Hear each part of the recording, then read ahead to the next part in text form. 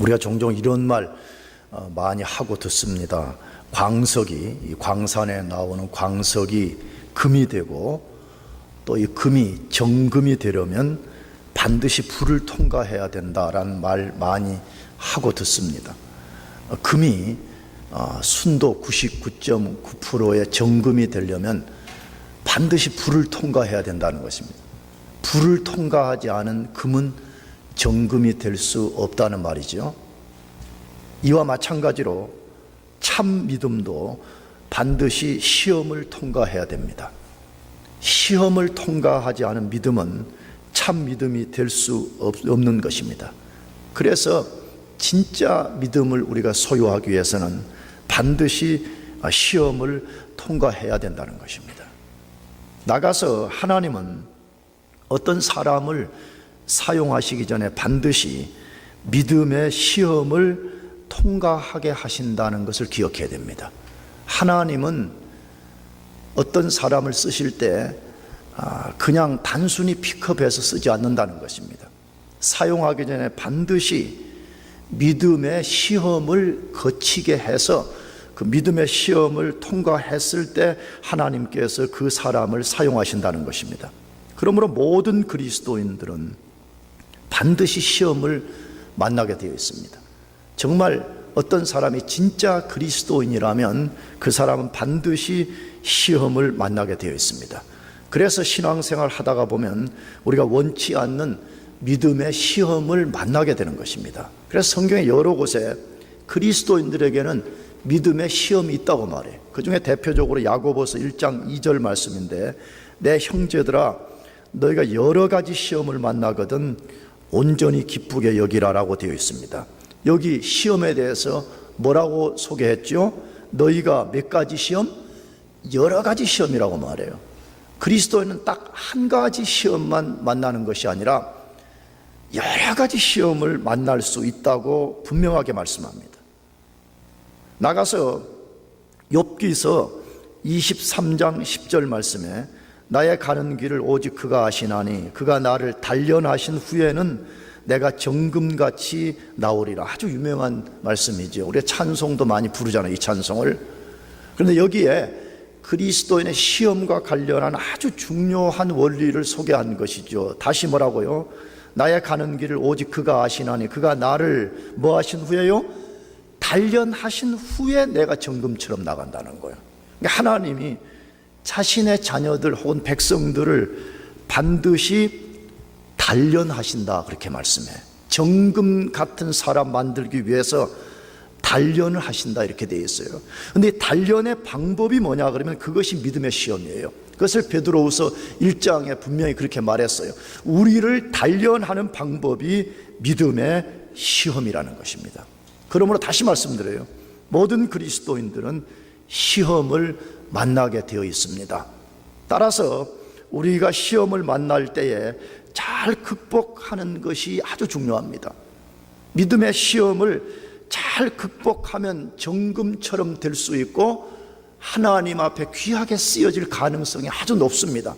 그러나 이 시험에 실패하게 되면 유익이 없을 뿐만 아니라 하나님으로부터 오는 복을 얻지 못하게 된다는 사실입니다. 요셉 보세요. 우리가 앞으로 다루겠지만 요셉에게 하나님이 엄청난 계획을 갖고 계셨지만 요셉을 하나님이 사용하실 때 요셉이 어느 날 갑자기 그 엄청난 자리에 올라가지 않았습니다. 요셉은 엄청난 시험을 통과했습니다. 이 39장 안에서만 해도 요셉은 크게 3가지 시험을 받았다라고 되어 있습니다. 그 시험을 다 통과한 후에 하나님께서 요셉을 사용해서 하나님의 놀라운 뜻을 이루는 도구로 삼게 된 것입니다. 그러므로 모든 그리스도인들에게는 이 믿음의 시험이 있다는 것을 항상 알고 있어야 됩니다. 알고 있는 사람은 믿음의 시험이 찾아왔을 때 덜 충격받게 되는 것입니다. 내가 자주 말씀드렸죠. 올 것이 왔구나. 올 것이 왔구나.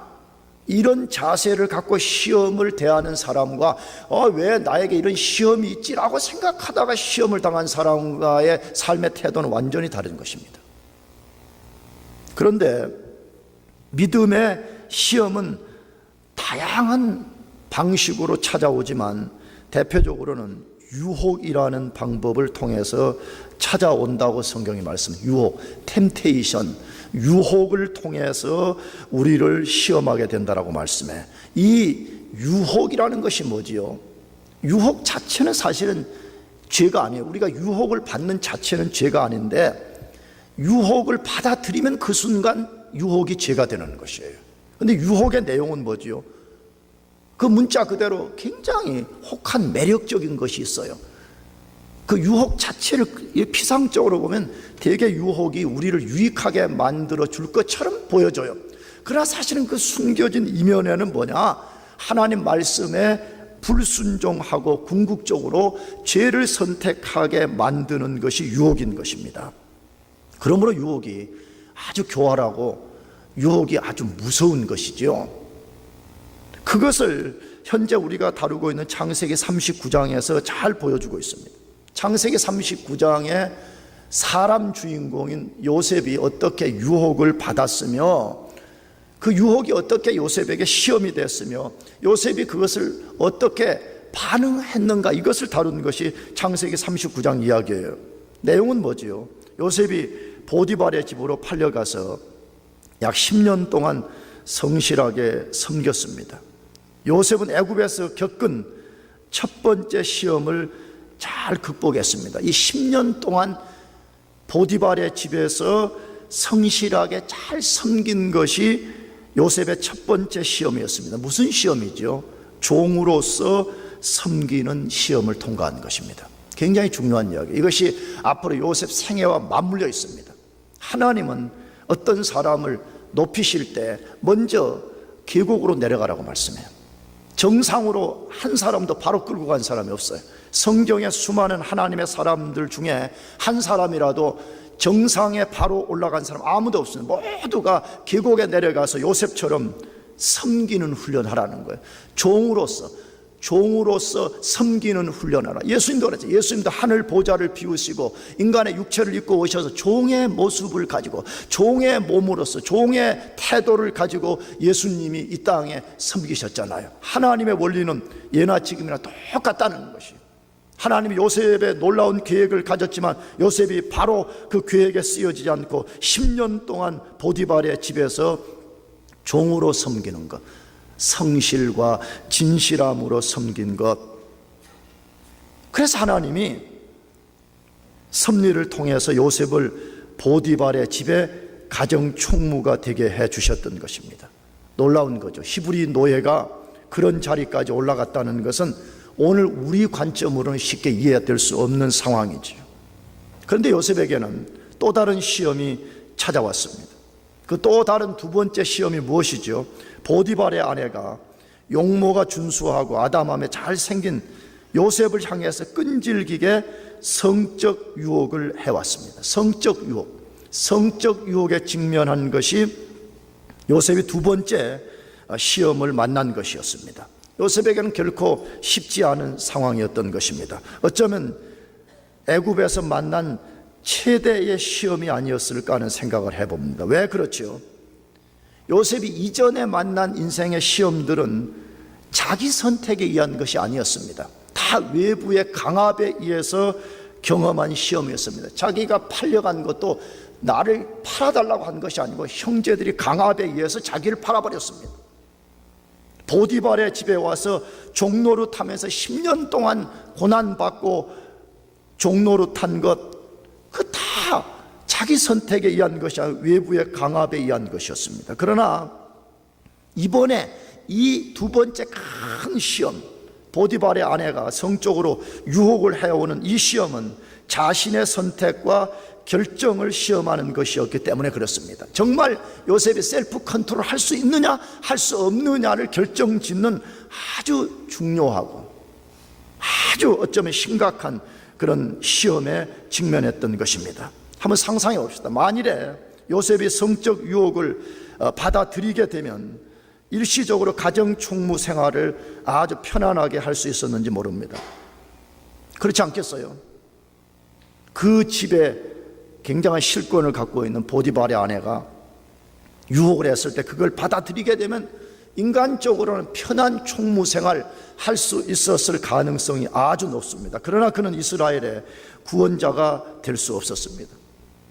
하나님이 요셉을 통해서 놀라운 계획을 가진 것이 이스라엘을 구원해내는 건데, 만에 하나 요셉이 그런 부정한 일을 저질렀다면 요셉은 이스라엘을 구원하는 구원자로서의 자격을 잃었을 것입니다. 더 나아가서 얼마 못 가서 그 부정이 드러나서 보디발에 의해서 죽임을 당하고 말았을 것입니다. 그런데 요셉은 그런 큰 시험 앞에서 유혹을 단호하게 거부하고 시험의 승리자가 되었다고 소개하고 있습니다. 그때 하나님께서 요셉을 그 다음 단계로 끌고 간 것을 우리는 39장을 통해서 읽었습니다. 잘 기억해야 됩니다. 하나님이 우리 인생을 반드시 높이시기를 원하십니다. 믿습니까? 그러나 하나님이 주시는 믿음의 시험을 잘 극복해내야 돼요. 그거 우리가 잘못하면 맨날 그 자리에서 고생만 하는 거예요. 요셉 생애, 요셉 스텝을 잘 보세요. 요셉이 비록 팔려갔지만 10년 동안 종의 도를 가지고 그 험난한 시험을 잘 이겨냈을 때 하나님께서 그 다음 단계로 요셉을 인도하시고, 요셉이 또 거기서 그 시험을 잘 극복해냈을 때 하나님이 그 다음 단계로 요셉을 인도하는 것을 알고 있습니다. 그러면 어떻게 요셉은 그 시험을 극복할 수 있었는가 하는 것이, 어떻게 그런 아주 중대한 시험을 극복할 수 있었냐는 거예요. 우리는 요셉이 성적 유혹을 극복하는 원리를 통해서 성적 유혹뿐만 아니라 모든 죄의 유혹을 극복하는 원리를 잘 배울 필요가 있습니다. 특별히 10대 때는 성적 유혹을 잘 이겨내야 돼요. 그러나 우리가 오늘 요셉이 성적 유혹을 이겨내는 이 원리를 통해서 우리 삶에 찾아오는 수많은 믿음의 시험들을 우리가 어떻게 극복할 것인가 하는 원리를 잘 배우는 것이 필요합니다. 그렇다면 어떻게 우리가 죄의 유혹을 극복할 수 있습니까? 첫 번째로는 우리의 모든 죄는 하나님께 대한 범죄임을 늘 기억해야 됩니다. 다시 말하면 만일에 우리가 유혹을 받아들여서 죄를 범하게 되면 그 죄는 하나님과 관련이 되어 있다는 거예요. 내가 사람에게 비록 죄를 지었을지라도, 혹은 이 사회에, 혹은 이 교회에, 혹은 이 국가에 내가 죄를 범했을지라도 그 죄는 궁극적으로 하나님께 대한 범죄라는 것을 꼭 기억해야 됩니다. 다시 말하면 나의 죄가 어디에 영향을 미치는가를 기억해야 되는 것입니다. 그것을 창세기 39장 7절에서 9절에서 다루고 있어요. 그 후에 그 주인의 처가 요셉에게 눈짓하다가 동침하기를 청하니 요셉이 거절하며 자기 주인의 처에게 이르되 나의 주인이 가중 제반 소유를 간섭지 아니하고 다 내 손에 위임하였으니 이 집에는 나보다 큰 이가 없으며 주인이 아무것도 내게 금하지 아니하였어도 금한 것은 당신뿐이니 당신은 자기 아내임이라. 그런즉 내가 어찌 이 큰 악을 행하여 하나님께 득죄하리까 라고 되어 있습니다. 사단의 공격은요 시도 때도 없습니다. 우리 이 물리적 전쟁은 디에무젯이 있고 우리말로 휴전선이 있잖아요. 휴전의 땅, 휴전의 시간, 이것이 있지만 사단이 그리스도를 공격하는 시험은 시도 때도 없습니다.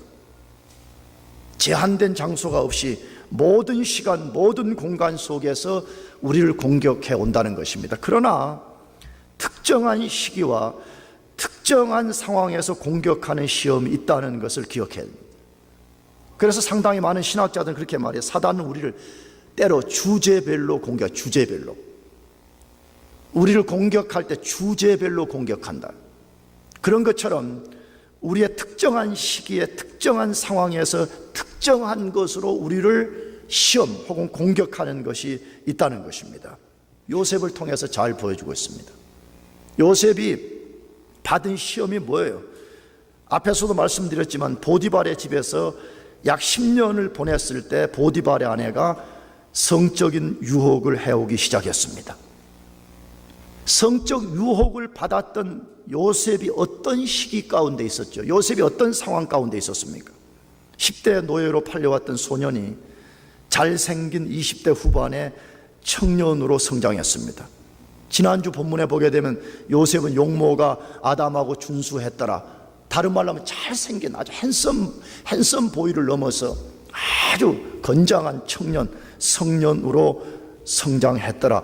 지금 그렇게 말하고 있는데 10년을 지나고 나니까 외적으로 아주 탁월한, 아주 준수한 그런 남자로 변한 것입니다.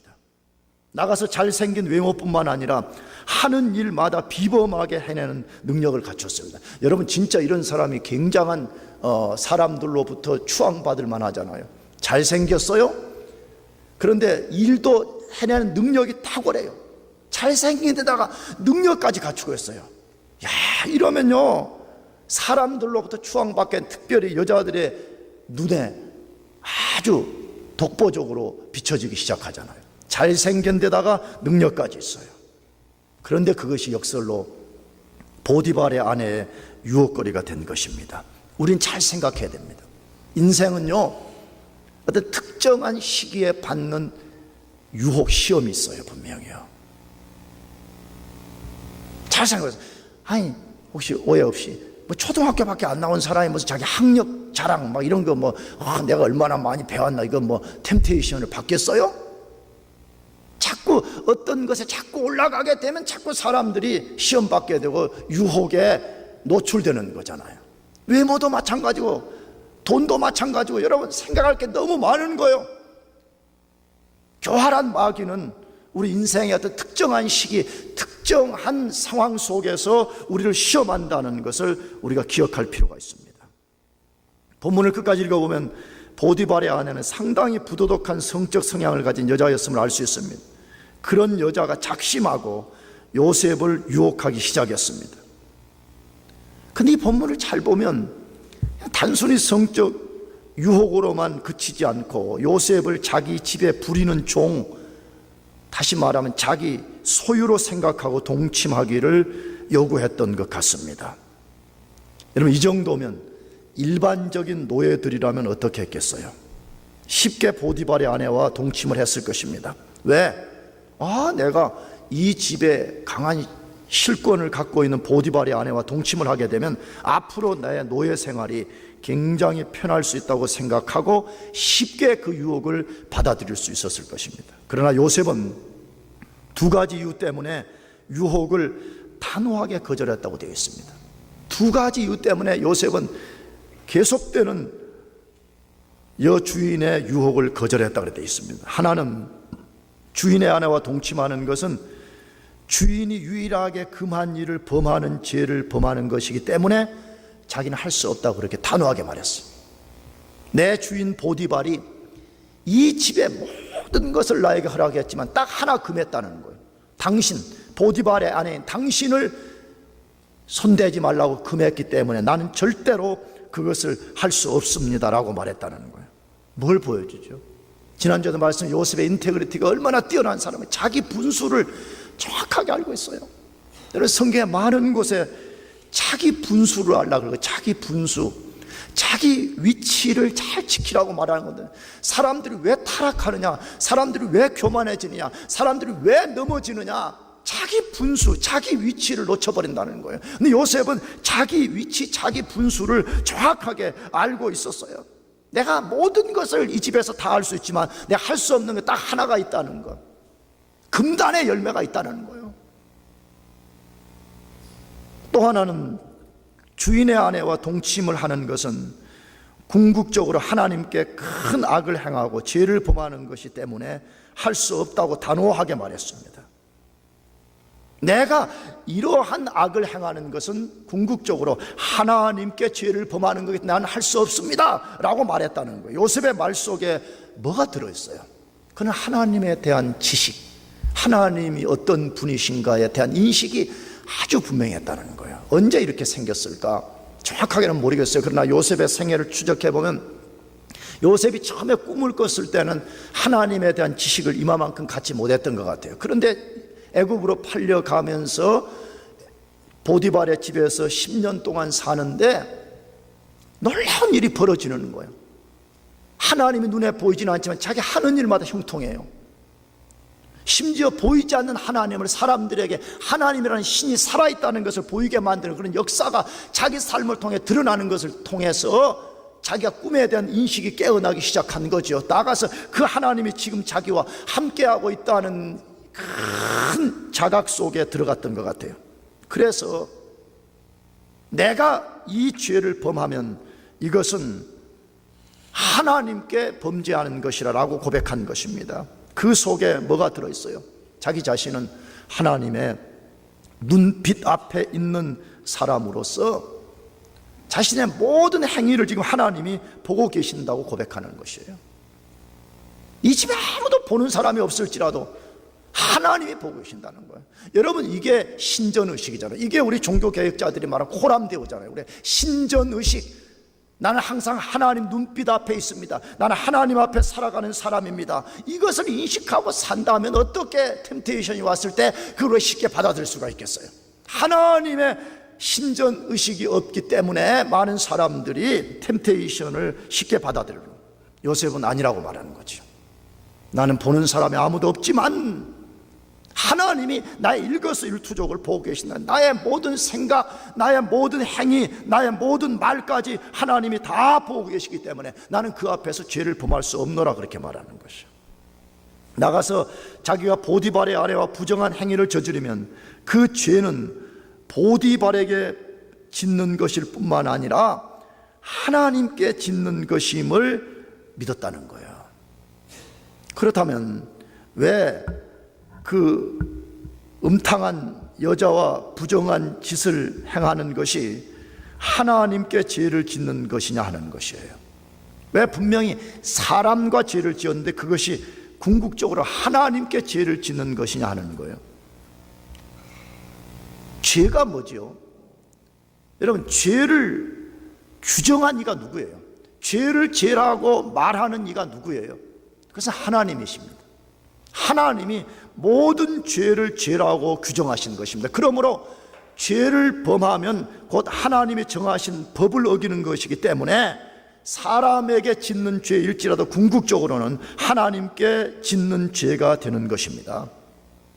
그래서 요셉은 나는 하나님께 범죄할 수 없다라고 말합니다. 근데 이 속에 가만히 들여다보면 요셉이 그 부정한 여자의 유혹을 단호하게 거절하는 그 속에 요셉이 굉장한 신학적인 큰 이해가 있었던 것 같아요. 그것이 뭐냐 그러면, 내가 만일에 당신과 이런 부정한 짓을 저지르는 것은 나의 삶을 지금 지켜보고 있는 하나님의 눈동자를 찌르는 것과 같다, 이렇게 말하는 것 같아요. 이 하나님의 눈동자를 찌른다는 이 말은 내가 만든 말이 아니고 성경 안에 있는 거거든요. 우리가 죄를 범하는 것은 곧 하나님의 눈동자를 찌르는 것과 같다, 이렇게 표현해 놨거든요, 성경에서는. 이 요셉은 비록 그것을 읽은 적은 없지만 요셉은 그 원리를 알고 있었던 거예요. 내 삶의 모든 것을 지금 보고 계시는 그 하나님 앞에서 내가 정면으로 죄를 짓는 것은 그 보고 계시는 하나님의 눈동자를 내가 내 손으로 찌르는 것과 같습니다. 그러므로 나는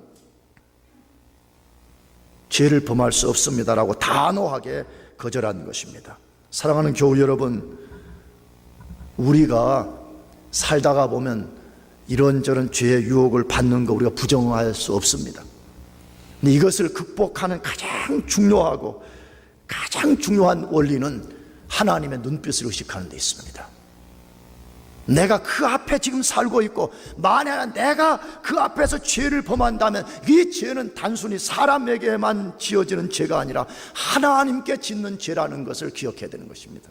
여러분, 그렇다면 어떻게 우리가 쉽게 죄를 범할 수 있겠어요? 여러분 모두가 하나님의 눈빛을 의식하면서 여러분들이 모든 유혹들을 극복하시길 바랍니다. 두 번째로 우리가 어떻게 죄의 유혹을 극복할 수 있냐는 거예요. 죄의 유혹은 조금 더 타협하지 말고 단호히 거절해야 된다고 말씀해요. 죄의 유혹은 타협할 가치가 없다는 거예요. 타협할 가치가 없고 유혹이 왔을 때 아주 단호하게 잘라버리라. 이것이 성경의 가르침이에요. 창세기 39장 10절 12절 말씀에 여인이 날마다 요셉에게 청하였으나 요셉이 듣지 아니하여 동침하지 아니할 뿐더러 함께 있지도 아니하니라. 그러할 때 요셉이 시므하러 그 집에 들어갔더니 그 집 사람은 하나도 거기 없었더라. 그 여인이 그 옷을 잡고 가로되 나와 동침하자. 요셉이 자기 옷을 그 손에 버리고 도망하여 나가매라고 되어 있습니다. 여러분, 이 본문을 보면 죄의 유혹이 얼마나 끈질긴 것인지를 보디발의 아내를 통해서 알 수 있습니다. 보디발의 아내가 유혹하면서 동침하자고 처음에 말했을 때 요셉은 두 가지 이유를 들어서 안 된다고 단호히 거절했다라고 소개했습니다. 그렇다면 말이에요, 조금이라도 정신이 온전한 여자였다면 자기 행위에 대해서 수치스러움을 느끼고 요셉과 마주치는 것 자체를 부끄럽게 여겼을 것입니다. 내가 못된 생각을 하고 내가 어떻게 해볼까 하다가 거절당해서 얼마나 창피하냐, 요셉 만나면 어떻게 하지, 아마 이렇게 생각할 수 있는. 그런데 보디발의 아내가 얼마나 뻔뻔하고 얼마나 집요한 여인인가를 거기 소개하는데 뭐라고 되어 있어요? 여인이 날마다 요셉에게 청했다. 아니, 처음 지금 그렇게 한 것이 아니라 이미 거절당한 이후에 여인이 날마다 요셉에게 청했다 그렇게 되어 있어요. 요셉만 보면 동침하자고 말이에요. 자기 뜻이 안 이루어졌어요. 그래서 하루는 요셉이 시므하러 그 집에 들렀을 때 다른 사람들이 하나도 없었더라 이렇게 되어 있어요. 본문에 보니까 요셉이 보디발의 집에 이제 가정 총무로서 이제 그 가정을 돌보러 출근한 거죠, 쉽게 말하면. 근데 그 집에 보디발의 아내 외에는 아무도 그 집에 없었더라 그렇게 돼 있어요. 어떻게 이런 상황이 생길 수 있죠? 내가 언젠가도 한번 말씀드렸어요. 여러분, 보디발의 집이라 그러면 장반 목사 집 같은 그런 집이 아니잖아요. 그 당시에 막강한 권력을 갖고 있는 사람의 집이었기 때문에 수많은 종들이 그 집에서 이런 일 저런 일을 하면서 그 집에 꽉 종들이 차 있었을 것입니다. 근데 그 집에 한 사람도 없었더라. 어떻게 이런 일이 생길 수 있었죠? 보디발의 아내가 요셉과 동침하기 위해서 그런 상황을 만든 것이 틀림없습니다. 끊임없이 유혹을 통해서 요셉과 동침하기를 꿈꿨던 여자가 요셉의 동선을 잘 알고 있었던 것입니다. 언제 출근해서 어디로 하고 어디로 들린다 이런 것을 너무 잘 알고 있었기 때문에 자기 뜻을 이루기 위해서 어쩌면 종들을 다 내보낸 거죠. 다 내보내고 내가 사인을 보낼 때까지 집에 들어오지 말아라. 아무도 없었습니다. 여러분, 이런 상황에서 보디발의 아내가 유혹을 한다면 일반적인 종들이었다면 어떻게 했겠습니까? 아무도 보는 사람도 없고 말이에요. 딱 두 사람밖에 없다. 절호의 기회가 왔다라고 생각하고 보디발의 아내와 동침을 했을 것입니다. 그러나 요셉은 아주 단호하게 거절했다라고 되어 있습니다. 왜 요셉은 인간적으로 그런 기회를 단호하게 거절했느냐는 것입니다. 저는 이런 생각이 들어요. 요셉에게 이런 상황보다 더 좋은 상황이 왔다고 할지라도 요셉은 유혹을 받아들이지 않았을 것입니다. 그 근거가 무엇입니까? 요셉은 음행한 여자가 유혹의 말을 할 때 듣지도 않았다고 되어 있습니다. 이 본문에 보면 듣지도 않았다, 함께 있지도 않았다 그렇게 되어 있어요. 듣지도 않고 함께 있지도 않았더라. 왜 그런 것입니까? 요셉은 안 거예요. 죄의 유혹이라는 것은 귀 기울일 가치가 단 하나도 없다는 것을 아주 명확하게 알고 있었기 때문입니다. 여러분, 죄의 유혹을 우리가 똑바로 직면하는 것이 필요합니다. 유혹은 겉모습을 보면 굉장히 달콤해 보이는 것입니다. 그러나 사실 그 속에는 우리를 파멸로 끌고 가려고 하는 독이 든 잔과 같은 거예요. 독이 든 잔과 같은 거예요. 근데 많은 사람들이 왜 죄의 유혹을 쉽게 받아들이냐? 유혹의 달콤함 때문에 그러는 거예요. 이거 받아들이면 굉장히 내 인생이 좋아질 것 같다, 행복해질 것 같다, 축복이 될 것 같다는 것 하는 생각 때문에 그걸 쉽게 받아들이잖아요. 그러나 요셉은 그렇게 생각하지 않는 거예요. 요셉은 아까도 말씀드렸지만 이것은 독이 든 잔이라는 거예요. 유혹을 받아들이면 그것은 독이 든 잔이라는 것을 알았기 때문에 단호하게 거절했던 것입니다. 여러분, 기억해야 됩니다. 죄의 유혹이 오면요, 자꾸 그 묵상하려고 그러면 안 됩니다. 많은 사람들이 자기가 하나님보다 더 지혜로운 사람인가 생각하는 경향들이 많이 있어요. 하나님 분명히 죄의 유혹은 요셉처럼 귀 기울일 가치도 없는 것으로 여기라는 거예요. 그가 함께 있지도 말라고 하나님 말씀하시는데 불구하고 자꾸 그 기웃거리고 그것 가지고 묵상해보고 자기가 무슨 시나리오를 써보려고, 그러니까 어느 순간에 죄의 유혹에 말려 들어가는 거잖아요. 요셉 듣지도 않았어요. 함께 있지도 않았더라, 그렇게 말씀한 것을 기억해야 됩니다. 그러나 음란한 여자는 그 상황에서 포기했다고 되어 있지 않습니다. 또 한 번의 거절에도 불구하고 요셉의 옷을 잡고 동침을 요구했다라고 되어 있습니다. 여러분, 이것이 죄의 끈질김입니다. 지금 보디발의 아내를 통해서 보여주는 이게 죄의 끈질김이에요. 죄는 한두 번 우리를 어택하고 나서 포기하지 않는다는 거예요. 우리가 넘어질 때까지 죄는 우리를 공격하려는 그런 성향을 갖고 있다는 거예요. 이제는 안 되니까 요셉의 옷을 붙잡고 동침하자고 요구했다, 그렇게 되어 있습니다. 그때 요셉의 반응은 무엇입니까? 요셉이 자기 옷을 그 손에 버리고 도망하여 나가매, 그렇게 되어 있습니다. 요셉이 자기 옷을 그 손에 버리고 도망하여 나갔다, 그렇게 되어 있습니다. 뭘 보여주지요? 요셉은 여자의 끈질김보다 훨씬 더 단호했음을 보여줍니다. 요셉은 고린도 전서 6장 18절을 읽은 적은 없는 사람이지만 거기 가르침을 따른 것이죠. 하나님이 바울을 통해서 음행을 피하라, 이렇게 돼 있어요. 음행을 피하라. 여기 피하라는 말이 영어성의 풀리, 도망하라 돼. 도망하라. 다른 죄들은 하나님이 맞서 싸우라고 돼 있어요. 다른 죄들은 맞서 싸우라 그래. 그런데 도망하는 죄를 딱 하나 지적했는데 그것은 성적 음행이라는 거예요. 성적 유혹, 성적 부도덕한 시험이 찾아왔을 때는 요셉과 같이 도망하라, 그렇게 가르치고 있습니다. 최근에 제가 인테그리티에 대해서 자주 인용을 했는데요, 영적 인테그리티가 약한 사람일수록 죄의 유혹을 받았을 때 갈등과 망설임이 큽니다. 그런 사람들은 죄의 유혹을 못 버리고 버릴까 말까 망설이고 갈등하고 고민하고 그거 묵상하는 시간이 늘어나는 거죠. 반대로 인테그리티가 강한 사람일수록 요셉처럼 죄의 유혹에 대하여 타협하지 않고 단호하게 거절할 수가 있는 것입니다. 그래서 우리가 영적 인테그리티를 자꾸 길러가야 돼요.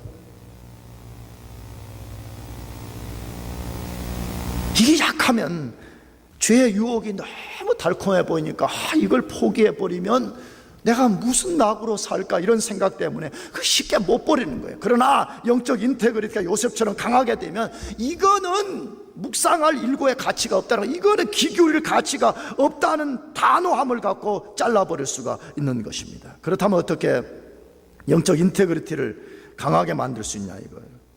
하나님을 아는 지식을 길러가는 데 있습니다.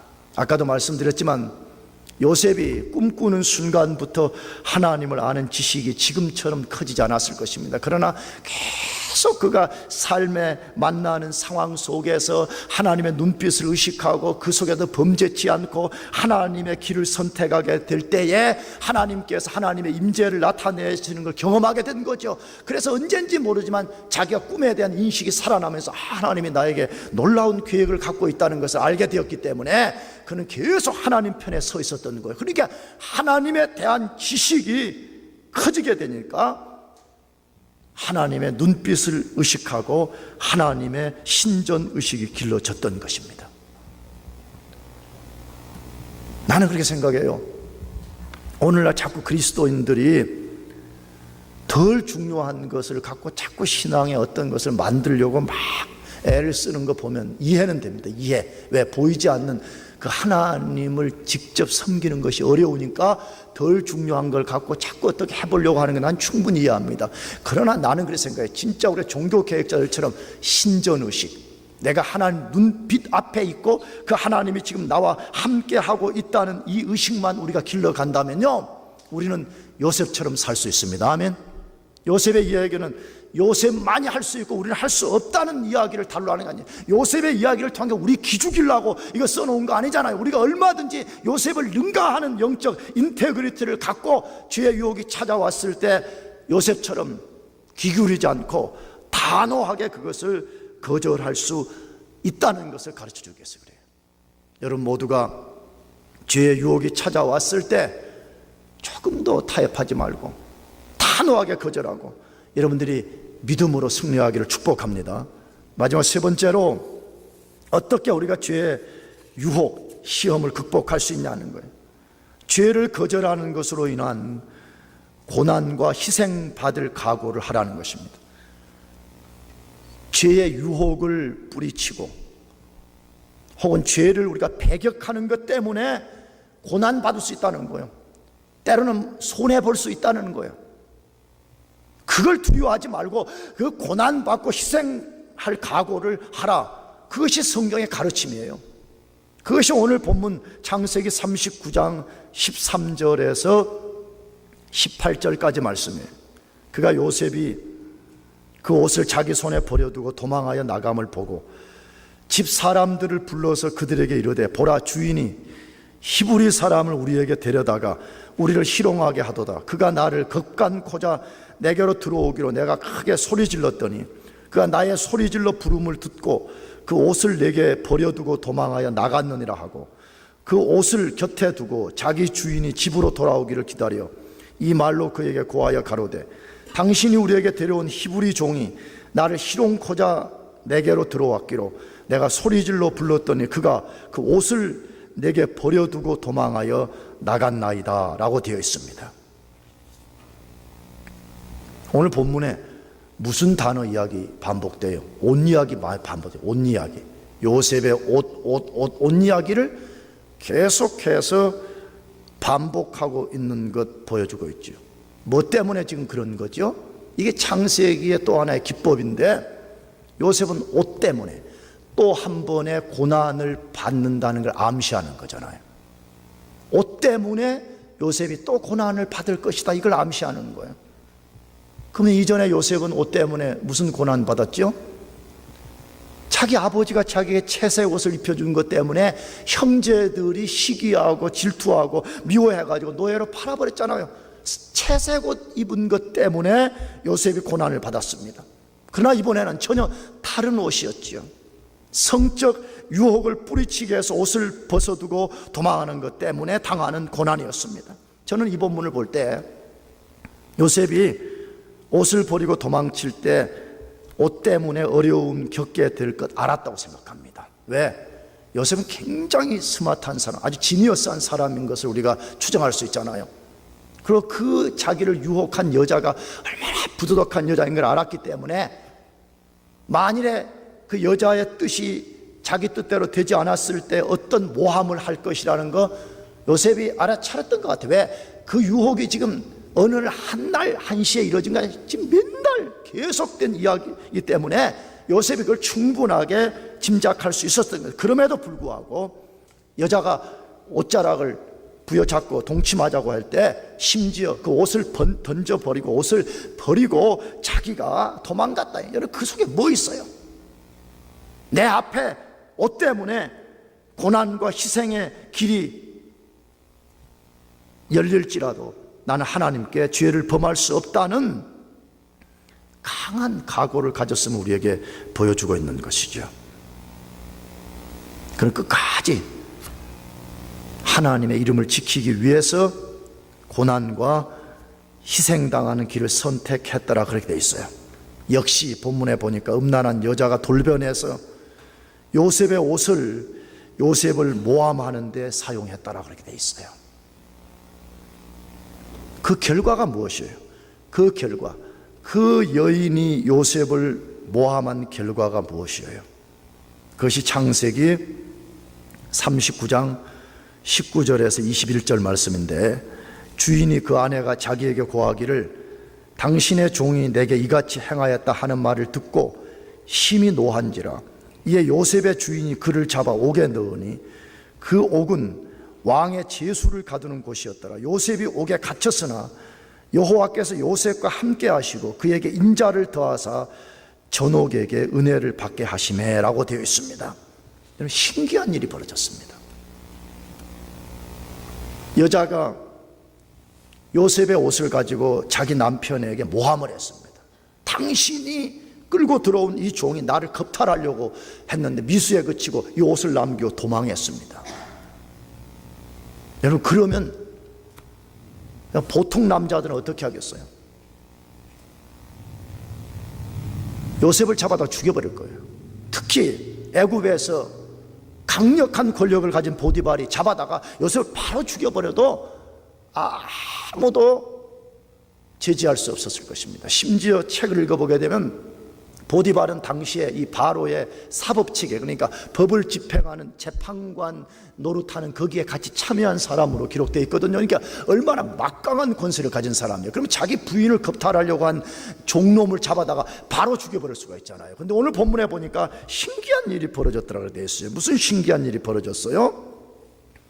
그 모함을 받고 화를 내긴 했지만 요셉을 죽이지 않고 요셉을 왕의 제수들이 있는 감옥에 가두었더라 그렇게 돼 있어요.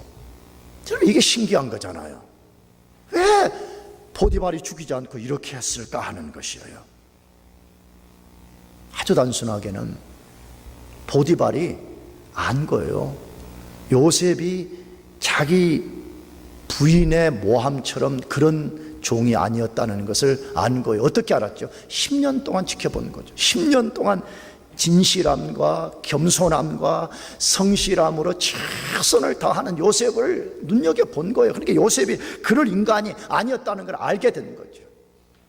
여러분, 하나님이 어떻게 한 인생을 정상에 세우는가 요셉을 통해서 우리가 보는 거 잘 배워야 됩니다. 많은 사람들이 은희 기간 동안에 섬기는 종의 훈련을 하지 않기 때문에 많은 사람들이 인생이 정상에 서지 못하고 사라지는 걸 우리가 너무 많이 보잖아요. 근데 오늘 하나님이 섭리하는 이 역사 속에 요셉의 10년 동안의 성실함이 오늘 요셉이 그런 위기 상황을 만났을 때 오늘 보디발에게 죽임당하지 않고 오히려 그것이 신기한 일을 만들어내는 그러한 찬스가 됐다고 말하잖아요. 나가서 하나님께서 배후에서 주관하신 것이죠. 하나님의 이름을 지키고 하나님께 죄를 범하지 않기로 끝까지 결심하고 고난과 희생을 감수하면서까지 그 길을 가게 될 때에 하나님께서 그런 종을 하나님이 버리지 않으시는 것이죠. 당연한 것이죠. 하나님이 죄인들도 사랑하신다면 하나님의 이름을 위해 살겠다고 하고 거룩함을 지키겠다고 고난의 길을 가는 그런 사람들을 왜 하나님께서 버리겠어요? 마태복음 5장에 분명히 예수님이 팔복에 말씀해 의를 위하여 핍박을 받는 자는 복이 있나니라고 말씀했잖아요. 우리가 진짜 하나님의 이름을 지키고 우리가 거룩함을 지키기 위해서 고난과 희생의 길을 선택한다면 하나님께서 반드시 우리에게 피할 길을 주시고 우리가 모르는 신비한 일들을 하나님 만드실 것이라는, 그 신비한 일이 무엇이라고요? 요셉이 왕의 제수들이 같이 있는 감옥에 들어갔다고 되어 있어요. 지난주에도 말씀드렸지만 만에 하나 요셉이 거기 가지 않았다면 요셉은 애굽의 2인자가 될 수 없었습니다. 왜? 그 큰 당시에 애굽이 패권 국가, 전 세계의 가장 강력한 국가였습니다. 그러한 나라를 어떻게 일개 노예, 종이 그런 나라를 컨트롤할 수가 있겠어요? 이 왕의 제수들이 갇힌 감옥에 들어가서 2년 동안 거기서 모든 것을 배웠을 뿐만 아니라 하나님이 감옥 딱 그 안에 갇혀서 가장 안전한 곳, 여러분 감옥과 군대만큼 안전한 곳이 없어요. 할렐루야. 군대 되게 싫어하잖아요. 부모들이 자식들을 군대 보내면 되게 걱정. 내가 볼 때 군대만큼 안전한 데가 딱 철조망 안에 딱 해가지고 아무도 못 나가게 만드는 거, 그렇죠? 감옥만큼 또 안전한 거죠. 감옥만큼 안전한 곳이 없어요. 하나님이 요셉을 감옥 속에 딱 갖추어서 그 속에서 정치, 경제, 문화, 사회 모든 영역을 배우게 할 뿐만 아니라 안전한 가운데 딱 2년 동안 보호를 해주셨다가 30세에 등극을 하게 돼. 총리로 등극하게 되잖아요. 여러분, 우리가 주님을 위해서 고난받을 각오, 죄를 거절하기 위해서 때로 희생할 각오를 한다면 하나님이 반드시 피할 길을 주실 것이고, 우리가 다 예측하지 못한 신비한 일들을 만들어서 하나님이 우리를 통해서 영광을 받으실 것을 믿으시길 바랍니다. 그러므로 죄의 유혹이 찾아올 때에 나도 여러분도 제발 그것을 쉽게 받아들이지 말고 오늘 요셉처럼 하나님의 눈빛을 의식하고 말이에요. 죄의 유혹은 귀 기울일 가치를 하나도 두지 말고 말이에요. 내가 고난 받으면 고난을 받겠습니다 하는 그 자세를 가지고 죄의 유혹을 물리쳐서 여러분 삶과 우리 삶에 하나님의 신비한 일들이 있기를 축복합니다. 기도하겠습니다. 우리 같이 자리에서 일어나셔서